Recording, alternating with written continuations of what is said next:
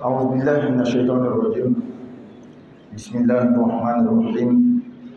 الحمد لله والصلاة والسلام على سيدنا رسول الله محمد وعلى آله وأصحابه ومن والاه. سبحانك لا علم لنا إلا ما علمتنا إنك أنت العليم الحكيم. اللهم علمنا ما ينفعنا وانفعنا بما علمتنا وزدنا علما وألحقنا بعبادك الصالحين.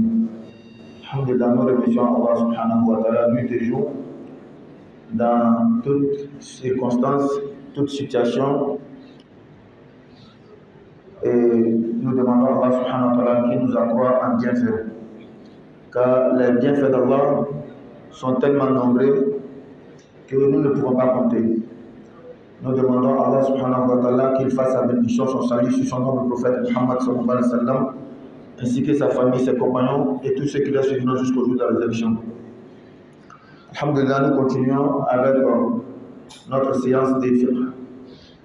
Toujours dans le chapitre la réparation de l'oubli dans la prière. Nous avons beaucoup expliqué et nous continuons parce qu'on ne finit pas d'apprendre, surtout sur la prière.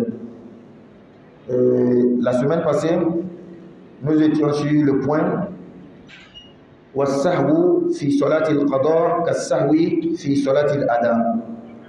Celui qui oublie dans une prière qu'il est en train d'effectuer à son heure, de la manière il doit réparer cet oubli, c'est de la même manière lorsqu'il est en train de rembourser une prière passée, une prière qu'il n'a pas effectuée, il n'a pas fait par quelconque excuse. Lorsqu'il est en train de rembourser cette prière, quand il fait erreur, quand il oublie dans cette prière qu'il est en train de rembourser, il doit réparer aussi. On ne dit pas que comme l'heure est passée, et je suis en train de faire la prière, j'ai oublié une partie, on laisse comme ça. Non, non, non. De la même manière, la prière de Maghrib qu'on vient de faire, si on avait fait une erreur, de la manière on doit réparer cette erreur, c'est de la même manière, si j'avais oublié Maghrib d'hier, ou bien avant-hier, ou bien j'ai oublié une prière de Maghrib un mois avant aujourd'hui, je suis en train de rembourser cette prière aujourd'hui, j'ai fait une erreur dedans, je dois réparer. Ça, c'était le premier point. Et c'était la leçon de la semaine passée.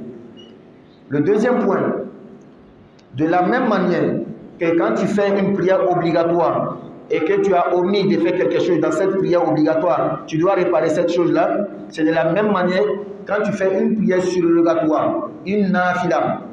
Dans nafila, tu as oublié, tu as laissé quelque chose, tu dois réparer. Quelqu'un peut nous poser la question, mais est-ce que nafila est obligatoire? Une prière surrogatoire est obligatoire? Non. La réponse est non. La prière surrogatoire n'est pas obligatoire. Alors pourquoi on doit réparer? La réponse est que c'est vrai que cette prière de nafila n'est pas obligatoire, mais la bienfait est obligatoire. Une prière nafila n'est pas obligatoire, ça c'est vrai. Mais bien faire cette prière nafila est obligatoire.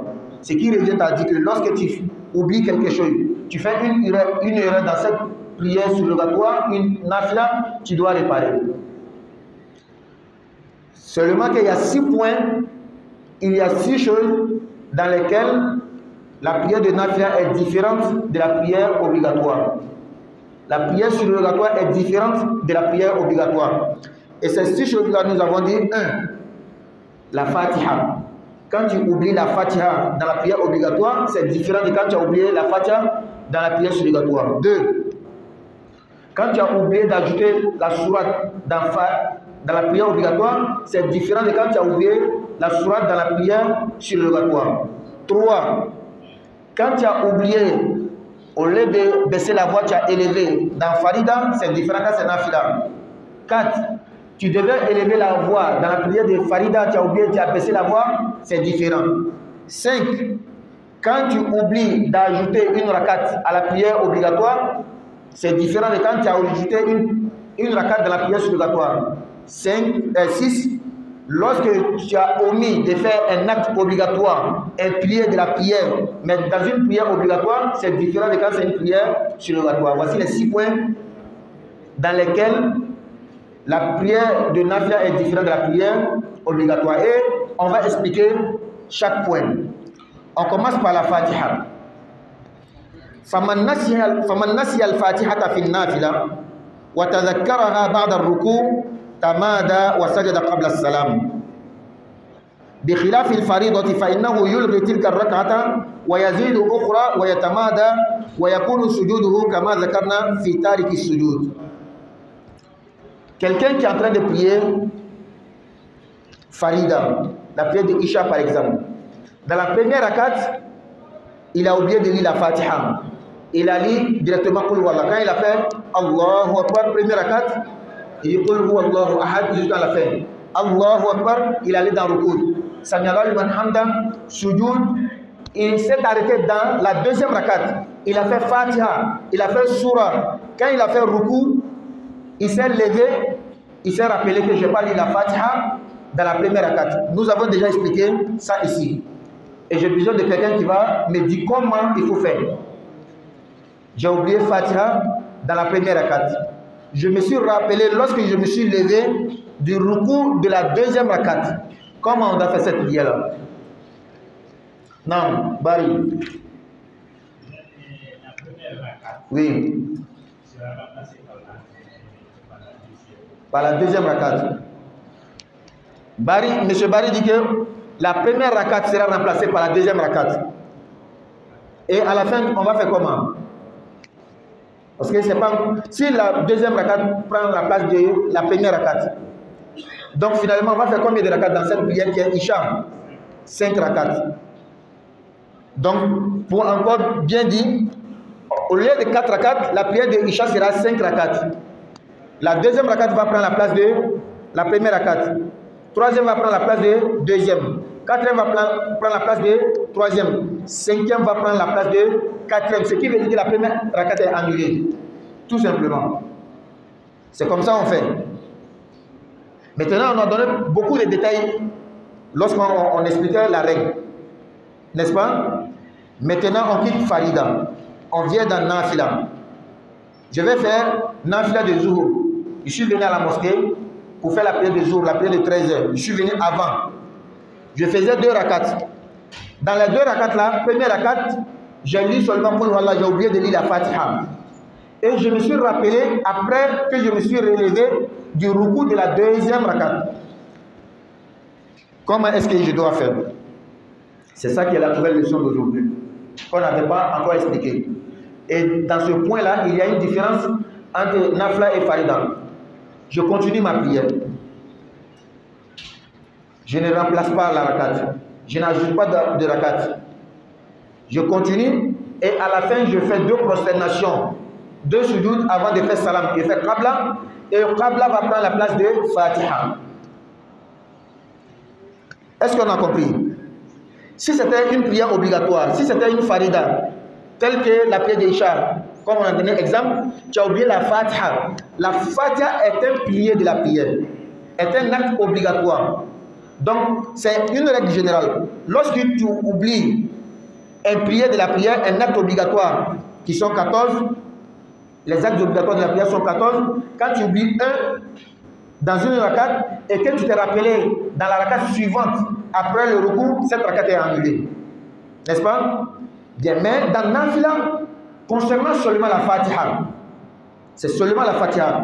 Ce n'est pas tous les autres prières de la prière, c'est seulement la Fatiha. Quand tu oublies la Fatiha dans la première rakat et que tu t'es rappelé dans la deuxième rakat, après le recours, tu ne vas pas gâter. Je voulais le gaspiller. Tu ne vas pas gâter ou bien annuler la première rakat. Tu vas seulement continuer la prière et tu fais 2 sujoud avant de faire salam et c'est bon. Maintenant, quelqu'un va se poser la question. Mais la Fatiha là, c'est obligatoire dans la prière, obligatoire et c'est obligatoire dans la prière surrogatoire, non? On va dire non. Ici, la Fatiha dans Nafila n'est pas un acte obligatoire. Et ici, il y a une divergence. Je vais bien expliquer. Le livre que nous lisons, c'est Al-Akhdari. Al-Akhdari, il y a un commentaire dessus qu'on appelle Hidayatul Muta'abbad al-Sali, Sharh al-Kitab. Al-Sharih, Celui qui a commenté, il va dire que ici l'auteur a fait erreur. Que non, la Fatiha est obligatoire dans Farida, la Fatiha est obligatoire dans Nafila. Parce que le prophète dit sallallahu alayhi wa sallam, la solata liman lam yaqra bi Fatiha al-kitab. Il n'y a pas de prière pour celui qui n'a pas lu la Fatiha dans sa prière. Le prophète n'a pas fait de différence, que ce soit une prière obligatoire ou bien une prière surrogatoire. Même le commentateur va dire que le Cheikh Akhdari a fait erreur. Ce qui revient à dire que c'est une divergence. Cheikh Akhdari n'a pas fait erreur. Même si tu ne vas pas soutenir sa position, il n'a pas fait d'erreur. Pourquoi? C'est le pourquoi on va expliquer maintenant. Un, il n'a pas dit les autres prières, il a dit seulement la Fatiha. Et il s'est basé sur quelques points. Quand tu viens trouver dans une prière obligatoire, l'imam est déjà dans le recours. Quand tu fais Allahu Akbar, est-ce que tu t'arrêtes pour lire la Fatiha avant de partir dans le recours? Tu es venu trouver, nous sommes dans la prière de Isha. On est dans la première rakat. Nous tous, on est dans le recours. Toi, tu es venu nous trouver dans le recours. Quand tu fais Allahu Akbar, est-ce que tu lis la Fatiha? Tu vas directement dans le recours. Bien. Quand on finit la prière, c'est la première rakat. Est-ce que quand on fait Assalamu alaikum, tu vas te lever pour rembourser la Fatiha? Tu n'as pas lu la Fatiha. Est-ce qu'on a compris? Ça fait 1. 2. Quand on lit, on est dans la prière obligatoire ensemble. Dans la première rakat de Isha, l'imam lit la Fatiha en haute voix. Est-ce que toi tu lis? Toi tu ne lis pas selon le mazhab maliki et ce que nous suivons. Sinon dans d'autres mazhab tels que Shafi, même quand l'imam lit en haute voix, tu dois lire mais après sa lecture. Donc ce qu'il a fait dit à Cheikh Akhdari a dit que la Fatiha c'est un prière. C'est un acte obligatoire, c'est vrai, mais c'est moins par rapport aux autres. Quand tu regardes certaines positions, certaines situations de la prière. Qu'Allah nous donne la bonne compréhension. Maintenant, ça rentre dans le cadre des savants, des ulama. Celui qui va suivre la position de Cheikh Akhdari, il n'y a pas de problème. Celui qui va suivre la position des autres, il n'y a pas de problème. Et tu as déjà lu une sourate, c'est seulement la Fatiha que tu n'as pas lu. Il y a un autre verset qui va venir. Faqra'u ma tayassara min al-Qur'an. L'utilité de ce verset-là, tu vas voir ici. Au moins, tu as lu pour le voilà. Seulement, c'est Fatiha que tu n'as pas lu. On va dire, mais pourquoi, quand c'est une prière obligatoire? Ça, c'est une prière obligatoire. Le prophète a dit, là, ce hadith-là est beaucoup accentué sur Farida. Nafila, on ne va pas l'accentuer là-bas à cause de ce qu'on a dit. Faqra'u ma tayassara min al-Qur'an. Quand tu viens trouver les gens dans le cours, toi tu fais Allah, toi tu ne lis pas Fatiha. Toi, quand l'imam dit en haute voix, tu ne lis pas Fatiha.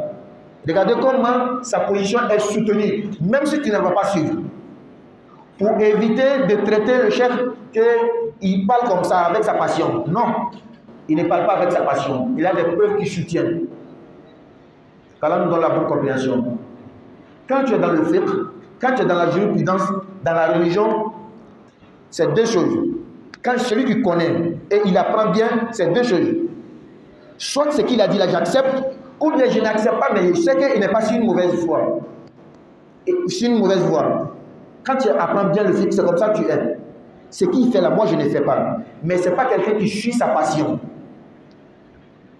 C'est très important. Aujourd'hui, tout le monde est devenu savant. Il suffit de lire 1, 2, 3 hadiths. Quand tu vois un savant qui ne dit pas ce que tu fais, il suit sa passion. Voici un hadith clair qui a dit. Voici un Coran clair qui a dit. Tu oublies qu'il y a une preuve. Tu ne vas pas suivre ce qu'il dit, c'est vrai. Mais ne le traite pas de quelqu'un qui suit sa passion. Qu'Allah dans la bonne compréhension. Non. On continue. Le deuxième, le troisième, le quatrième point, on va les mettre ensemble. وَمَنْ نَسْيَ السُّورَةَ أَوِ الْجَهْرَ أَوِ السِّرَّ فِي النَّافِلَةِ وَتَذَكَّرَ بَعْدَ الرُّكُوعِ تَمَادَى وَلَا سُجُودَ عَلَيْهِ بِخِلَافِ الْفَرِيضَةِ. Celui qui prie nafila, il devait lire en voix basse. Maintenant, je vais poser la question. Dans nafila là, c'est à quel moment on ne lit pas en haute voix? On doit lire en voix basse. Qui va me répondre? Dans la journée, barakallahu fik. Dans la journée, lorsque on a déjà prié Fajr, jusqu'à avant Maghrib, tout ça là c'est la journée. Toute nafla que tu vas faire dans cette période-là, tu ne dois pas lire en haute voix. Maintenant, à quel moment dans nafla on lit en haute voix? Bien sûr, le soir, dans la nuit. C'est-à-dire depuis après la prière de Maghrib jusqu'à avant l'aube. Tout ce que tu vas faire là, tu vas lire, tu dois faire en haute voix. Mais dans nafila, tous les deux sont permis. C'est ça la base, c'est ce que tu dois comprendre d'abord. C'est-à-dire celui qui veut même la prière de la journée nafila, s'il veut lire en haute voix, il n'y a pas de péché dedans. Il n'y a même pas de problème. La nuit, nafila là, celui qui veut lire en voix basse, il n'y a pas de péché dedans, il n'y a même pas de problème. Les deux sont permis, dans la journée, dans la nuit. Seulement, al-awla wal-afdal, ce qui est plus bon, c'est que la nuit tu dois faire en haute voix, dans la journée tu dois faire en voix basse. Ce qui revient à dire, lorsque tu es dans une situation, lorsque le besoin se fait sentir que la nuit, c'est vrai, je dois lire en haute voix, mais à cause de ce besoin-là, je vais lire en voix basse. Exemple, je suis dans la maison avec des gens, ils dorment. Quand je vais lire en haute voix, ça va les gêner. Tu lis en voix basse. Exemple encore, dans la journée, tu es quelque part, tu lis, mais il y a un peu de bruit, quelqu'un est en train de faire la musique. Pour te concentrer, tu veux lire en haute voix, il n'y a pas de problème. Voici la base qu'on doit comprendre d'abord. Lire en haute voix, lire en voix basse, dans nafila, tout est permis. Mais l'idéal dans la prière nocturne, c'est de lire en haute voix. L'idéal dans la prière journalière du jour, c'est de lire en voix basse. Ce qui revient à dire, quand tu fais le contraire même, tu n'as pas fait par exprès, tu n'as pas voulu, il n'y a pas de problème, il n'y a pas lieu de réparer. Est-ce qu'on a compris maintenant? Qu'Allah nous donne la bonne compréhension. Donc celui qui a oublié, dans la journée il faisait nafila, il faisait salat al-duha par exemple, il a oublié de lire en haute voix, il n'y a pas de problème. Celui qui la nuit il est en train de faire shafi à witri, il a oublié, il a fait ça en voix basse, il n'y a pas de problème. Le troisième point était Wamanasya Surah, celui qui a oublié d'ajouter la sourate sur la Fatiha dans nafila, il n'y a pas de problème. Il ne répare pas aussi, il ne va pas faire qabla, il ne va pas faire ba'da. C'est-à-dire, on va bien donner l'exemple. Je suis en train de faire shafi wa witri. J'ai oublié, je n'ai pas lu la sourate pour ajouter sur la Fatiha. Il n'y a pas de problème. Je ne fais pas qabla, je ne fais pas ba'da. Je suis en train de faire rakat al-fajr. J'ai oublié, j'ai lu seulement la Fatiha, je n'ai pas ajouté une sourate. Il n'y a pas de problème. Je suis en train de faire salat al-duha. J'ai oublié, je n'ai pas ajouté sourate, c'est seulement Fatiha, il n'y a pas de problème. Pour te donner la preuve, la prière du matin, les deux rakats de Fajr, quand on dit as-salatu khayrun minan nawm, tout le monde se lève individuellement et fait deux rakats là. Il y a une école, un mazhab qui dit qu'on ne lit même pas sourate, on lit Fatiha seulement. Il y a deux mazhabs, je vais expliquer les deux. Les écoles juridiques. Le premier mazhab va nous dire que quand tu te lèves pour faire le deux rakats de Fajr, il faut lire Fatiha, il faut ajouter une sourate dessus. Mais que ce soit une sourate légère, une sourate courte. L'autre mazhab va dire que non, quand tu te lèves, il faut lire Fatiha seulement, et puis tu vas dans le rukû. D'où les deux tirent leurs preuves qui soutiennent leur idée, leur position. 1. Toute rakat est accompagnée, la Fatiha est accompagnée dans toute rakat par une sourate à l'exception des deux dernières rakats. Mais il y a un hadith qui dit que le prophète, dans ces deux rakats de Fajr là, il faisait la prière légèrement. Les rakats étaient légères, c'est-à-dire rapides. Voici ce qui va amener certains savants pour dire que c'était seulement la Fatiha. Parce que sa rapidité dans la prière de deux rakats de Fajr là montre que c'est Fatiha seulement il lisait. L'autre va dire que non, c'est pas Fatiha seulement. Il ajoutait une sourate, mais c'était une sourate courte. Donc, que ce soit celui qui fait une position entre les deux ou celui qui fait l'autre, il n'y a pas de problème. Et c'est cette divergence-là qui va amener pour dire que même quand tu as oublié une sourate dans Nafila, on ne répare pas. Qu'Allah nous donne la bonne compréhension. On vient maintenant au 5e point qui fait la différence entre Nafila et Farida. Quelqu'un qui a oublié, il a ajouté une rakat à la prière obligatoire. Je vais prendre Maghrib. Maghrib c'est 3 rakats. Lui il a oublié, il a fait 4 rakats. C'est dans la Tahiyya, il s'est rappelé que je suis dans la 4e rakat même du Maghrib. Qu'est-ce qu'il doit faire? Il doit faire quoi? Farida, Maghrib. Maghrib c'est 3 rakats. Lui il a fait 4 rakats. Et c'est dans Tahiyya même, il s'est rappelé qu'il est dans la 4e rakat. Comment il doit se comporter? Qu'est-ce qu'il doit faire? Il doit faire 2 sujoud pour réparer. Quel genre? Qabla ou Ba'da? Qabla? Ba'da. Pourquoi Ba'da? Parce qu'il a ajouté. La règle est que quand tu ajoutes, tu fais Ba'da. Quand tu diminues, tu fais Qabla. N'est-ce pas? Ça c'est Maghrib. Maintenant on vient dans Nafila. Tu devais faire 2 rakats. Tu as fait 3 rakats. Comment est-ce que tu dois te comporter? Et il y a quelqu'un qui m'avait posé cette question ici. Je pense que ça devait être Oustaz Traoré. Il n'est pas venu aujourd'hui. J'avais répondu. Et je reviens sur la question ici. C'est la même question qui revient ici. Donc, quelqu'un qui a oublié, il a ajouté une rakat. Il est dans Nafila. Il devait faire 2 rakats. Il s'est levé. Il est allé dans la 2e rakat. La 3e rakat, pardon. Et il s'est rappelé après le ruku. Il s'est rappelé après le ruku. Dans Nafila, qu'est-ce qu'il fait? Il ajoute une 4e rakat. Parce que dans toute la journée, les 24 heures, il y a seulement 2 prières que les unités de rakat là sont impaires. C'est-à-dire il y a un qui reste toujours. Dans toute la journée, les 24 heures là, il y a seulement 2 prières qu'il y a une rakat qui reste. Ou bien pour être plus précis, il y a seulement 2 prières, on fait seulement 3 rakats. Qui va nous rappeler? Qui va nous dire? Dans toute la journée, les 24 heures, j'ai dit, la nuit comme le jour, il y a seulement 2 prières, on fait 3 rakats. Et là, 18 Maghrib, maintenant il reste 1. Salat al-Shafi wal Witr, barakallahu fikum. Il y a 2 prières, on fait 3 rakats. Maghrib et Shafi wal Witr. Shafi wal Witr n'est pas une prière obligatoire. Ça ne fait pas partie des 5 prières obligatoires. Mais c'est une prière surrogatoire très accentuée, très recommandée en islam. Jusqu'à ce que le mazhab Hanafi nous dit que c'est wajib, celui qui ne fait pas, il a péché. Mais nous, on n'est pas sur la position Hanafite.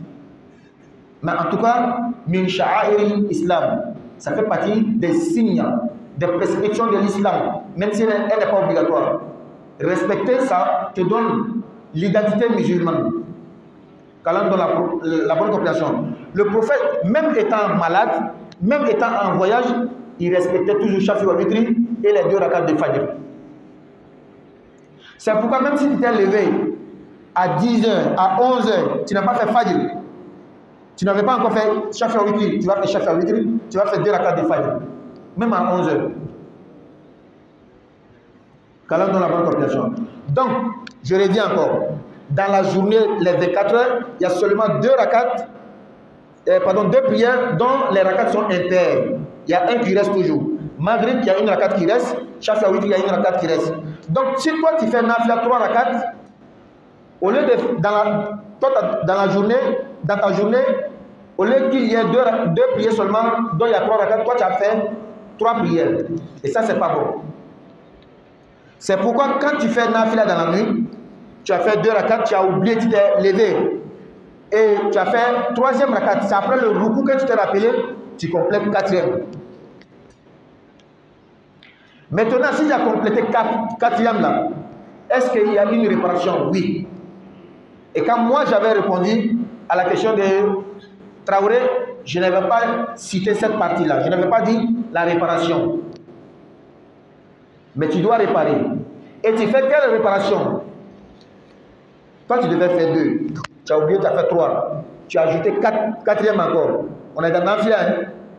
Si tu dois réparer, qu'est-ce que tu dois faire? Bada ou bien Kabla?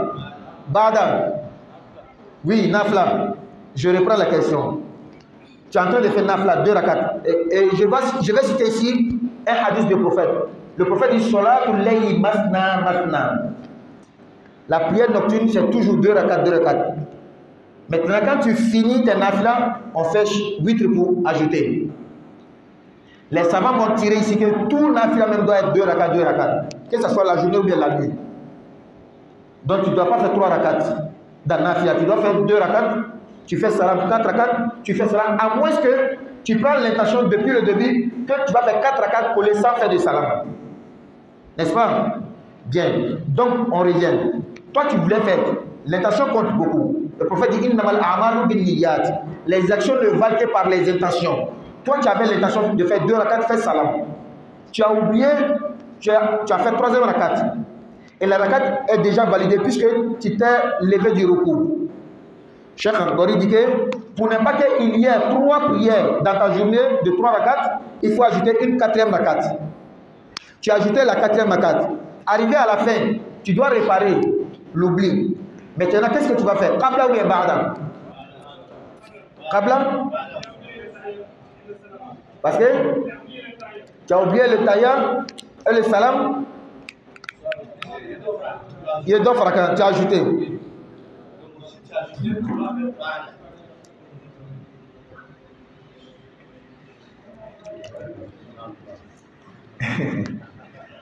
Selon la règle que nous avons dit, c'est Ba'da que tu devais faire. Pour bien expliquer, tu as fait 2 rakats. Peut-être que tu t'es assis. Tu as fait la taïya. Seulement, tu as oublié, tu t'es levé pour aller dans le 3e rakat. Qu'est-ce que tu as oublié? Rien. Tu as déjà lu la taïya. Ça, c'était un cas. Maintenant, le 2e cas, tu as fait 2 rakats. Au lieu de t'asseoir, tu as oublié, tu t'es levé. Tu as fait 3e. Et il est permis d'affiler 4 rakats sans s'asseoir même.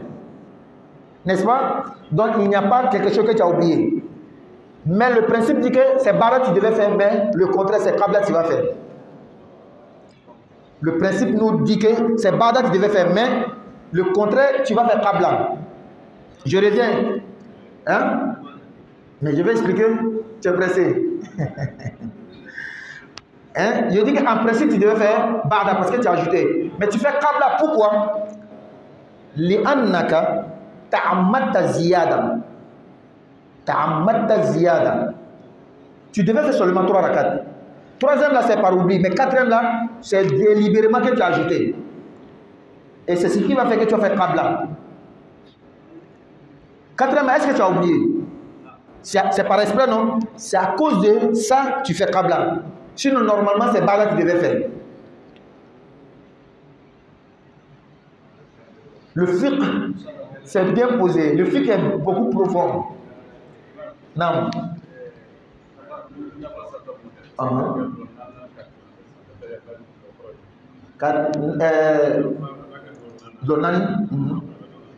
Oui. Encore? Avec Nafla Kanan Moui.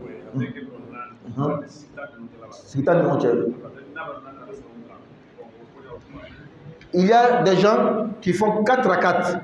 Il est imam, il fait 4 rakats affilés, sans s'asseoir. Et arrivé au 4e, il s'assoit, il fait taïya, il fait salam. C'est permis aussi. C'est permis. Quand tu fais nafla, voici 4 rakats. Tu peux faire les 4 rakats et t'asseoir une fois seulement à la fin. Et faire taïya, tu fais salam. Ça, c'est la première manière. Deuxième manière, tu fais 4 rakats, tu t'assois au milieu, tu fais taïya, mais tu ne fais pas salam. Tu te lèves, tu fais les 2 rakats. À la fin, tu t'assois, tu fais taïyam, tu fais salam. C'est la deuxième manière. Troisième manière, tu fais 2 rakats, tu t'assois, tu fais salam. Tu fais 2 rakats, tu fais salam. Les 3 sont permis. Les 3 manières. Ça va dépendre de ce que toi-même tu vas choisir. Mais un jour, on expliquait quelque chose ici et nous avons ajouté. Il est beaucoup préférable quand tu es dans un coin, tout le monde est habitué à faire quelque chose d'une manière. Il ne faut pas envoyer une nouvelle manière pour venir mélanger les gens. Ça, c'est seulement un conseil. Même si c'est permis d'en faire, il faut éviter d'amener le débat. Les deux sont permis, mais les gens ne sont pas habitués à faire l'autre. Quand tu es imam, hein, voilà, quand c'est individuel à la maison quelque part, c'est un problème. J'ai toujours donné aussi l'exemple avec Imam Shafi'i. Imam Shafi'i est allé à Bagdad. Lorsque Imam Abu Hanifa est décédé, il allait saluer. Arrivé à Bagdad, les compagnons, les fidèles, les élèves de Imam Abu Hanifa ont dit, Masha'Allah, tu es un grand chef, Shafi'i, il faut faire la prière de Fajr avec nous. Il va faire la prière de Fajr. Arrivé, deuxième rakat, après Fatiha, après Surat, avant de faire le coup, il fait Qunut chez lui. Mais là-bas, il n'a pas fait Qunut. Après la prière, les élèves d'Abu Hanifa, ils ont bien entendu ce que l'imam Shafi'i fait. Ils ont vu ses livres. Ils ont vu ce qui est dedans. Ils ont dit, mais imam, pourquoi tu n'as pas fait Qunut? Toi, dans tes livres, tu parles de Qunut, non? Il dit, mais Qunut, ce n'est pas obligatoire, même chez moi. Même chez moi, Qunut, là, ce n'est pas obligatoire. Moi, je suis venu chez vous, dans votre QG. C'est préférable que je laisse les gens en paix. Il ne faut pas que j'amène une nouvelle chose, même si c'est permis, pour mettre les gens dans le débat. C'est pour respecter la quiétude, la paix, que je n'ai pas fait. Le Qunut que chez moi, je fais, mais même chez moi, ce n'est pas obligatoire. Mais tu vas voir aujourd'hui, quelqu'un, ce que toi tu connais là, c'est ça seulement qui est la vérité. Quand je vais chez les gens là-bas, là, il faut qu'ils sachent que moi je viens de quelque part. Allons dans la bonne compréhension. C'est juste, entre parenthèses, pour donner le conseil. Tous les trois sont permis. Mais parfois tu laisses à cause de certaines personnes.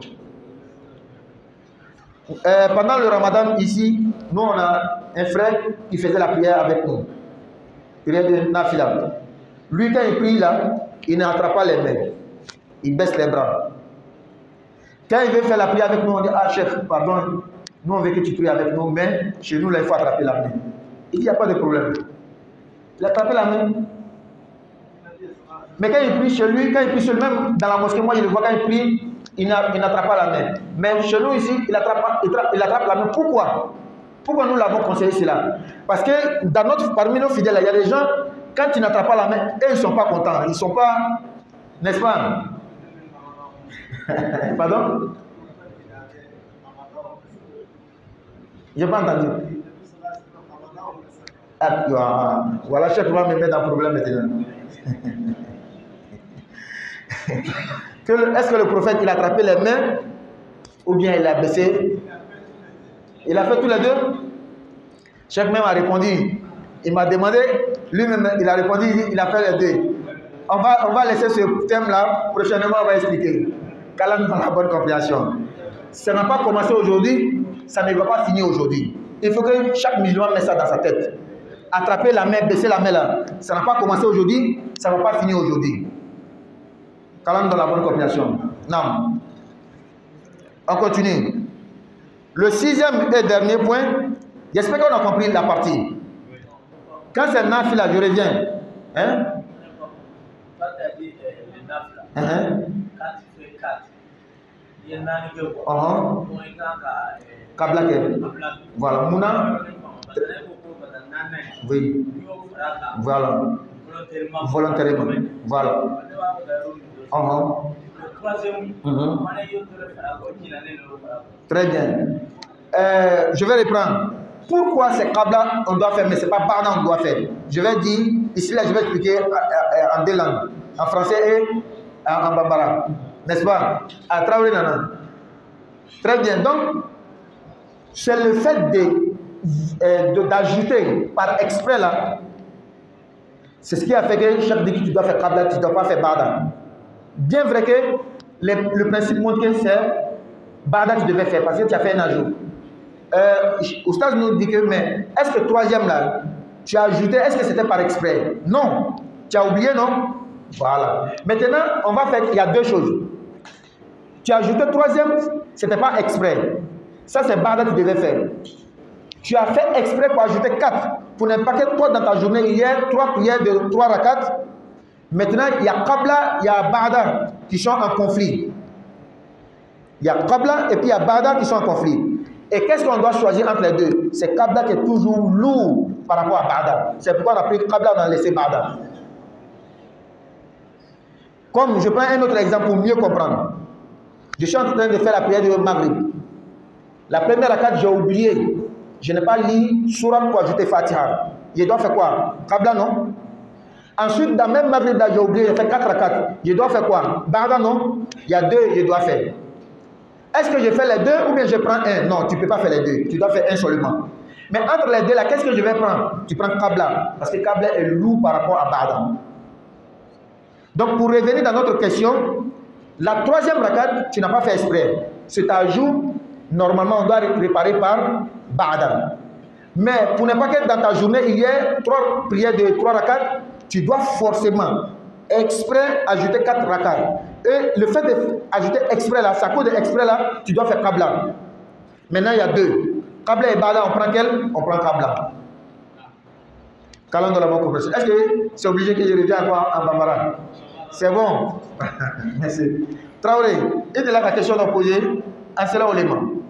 Quelqu'un qui fait Nafila, il devait faire 2 rakats. Il a oublié de faire 3 rakats. Qu'est-ce qu'il doit faire? C'est ce qu'on est en train de répondre. Il ajoute 4e rakat, mais il doit réparer. Qu'est-ce qu'il doit réparer? Comment? Il fait Qabla. Pourquoi il doit faire Qabla? Le fait que par exprès, il a ajouté 4e rakat. Maintenant, est-ce qu'il est obligé d'ajouter 4e rakat? Oui, parce que dans toute la journée, il y a seulement 2 prières, on doit faire 3 rakats. Maghrib, et si vous remarquez très bien, à la fin de la journée, Maghrib. Si vous remarquez très bien, normalement, la bonne heure de Witri, c'est avant l'eau, à la fin de la nuit. Donc la nuit est terminée par 1 rakat, la journée est terminée par 1 rakat. Qu'Allah donne la bonne compréhension. Non, le dernier point, le 6e point. Quelqu'un qui a oublié, وَمَنْ نَسِيَ رُكْنًا مِنَ النَّافِلَةِ كَالرُّكُوعِ وَالسُّجُودِ وَلَمْ يَتَذَكَّرْ حَتَّى سَلَّمَ وَطَالَ فَلَا إِعَادَةَ عَلَيْهِ بِخِلَافِ الْفَرِيضَةِ فَإِنَّهُ يُعِيدُهَا أَبَدًا. Quelqu'un, il est en train de faire la prière de Maghrib. Premier rakat, il a oublié le ruku. Et il ne s'est plus rappelé même. Jusqu'à, c'est le lendemain, il s'est rappelé que hier, lorsque moi je faisais la prière de Maghrib là, j'ai oublié le ruku. Et j'ai finalement encore oublié que je devais rattraper. Qu'est-ce qu'on doit faire? Qu'est-ce qu'on va faire maintenant? Est-ce que la prière de Maghrib d'hier là est bonne ou bien n'est pas bonne? La prière, hein, c'est gaspillé. On dit on va plus utiliser le mot gaspiller. C'est gâté. Non. Maghrib, c'est 3 rakats. Premier rakat, il a oublié le ruku. Il n'a pas oublié rakat. Hein. Dans le premier rakat là, quand il a fait Fatiha, il a fait Surat, il est allé directement dans Sujud. Il n'a pas fait ruku. C'est comme il a prié 2 rakats. Si ruku est gâté, rakat aussi est gâté. Ce qui veut dire que Maghrib d'hier là, c'est pas bon. Est-ce qu'on a compris? Je reviens. Hier, dans ma prière de Maghrib, dans la première rakat, quand j'ai fait Fatiha Surat, au lieu de m'abaisser, attraper les genoux, j'ai oublié, je suis allé directement dans Sujud. Je me suis prosterné. Et j'ai oublié encore. Jusqu'à aujourd'hui, je me suis rappelé. La prière de Maghrib d'hier là, c'est gâté, c'est annulé. Tu dois reprendre. N'est-ce pas? Maintenant, on va prendre exemple sur Nafila. Hier, quand je faisais la prière de Duha, la prière de Duha, c'est une prière qu'on fait après que le soleil s'est levé et avant que le soleil soit au génie, au milieu du ciel. Et c'est une prière beaucoup recommandée. C'est très très bon. Chez nous, on dit que c'est la prière des vieux. Mais ce n'est pas la prière des vieux. Tout le monde peut faire, vieux comme jeune. Seulement que c'est les vieux comme beaucoup le temps. Parce que les vieux, il ne va pas quelque part. Mais quand tu es jeune là, tu cherches ta vie, donc ce n'est pas facile. Qu'Allah donne la bonne compréhension. Donc, lui, il fait Duha 2 rakats, 2 rakats.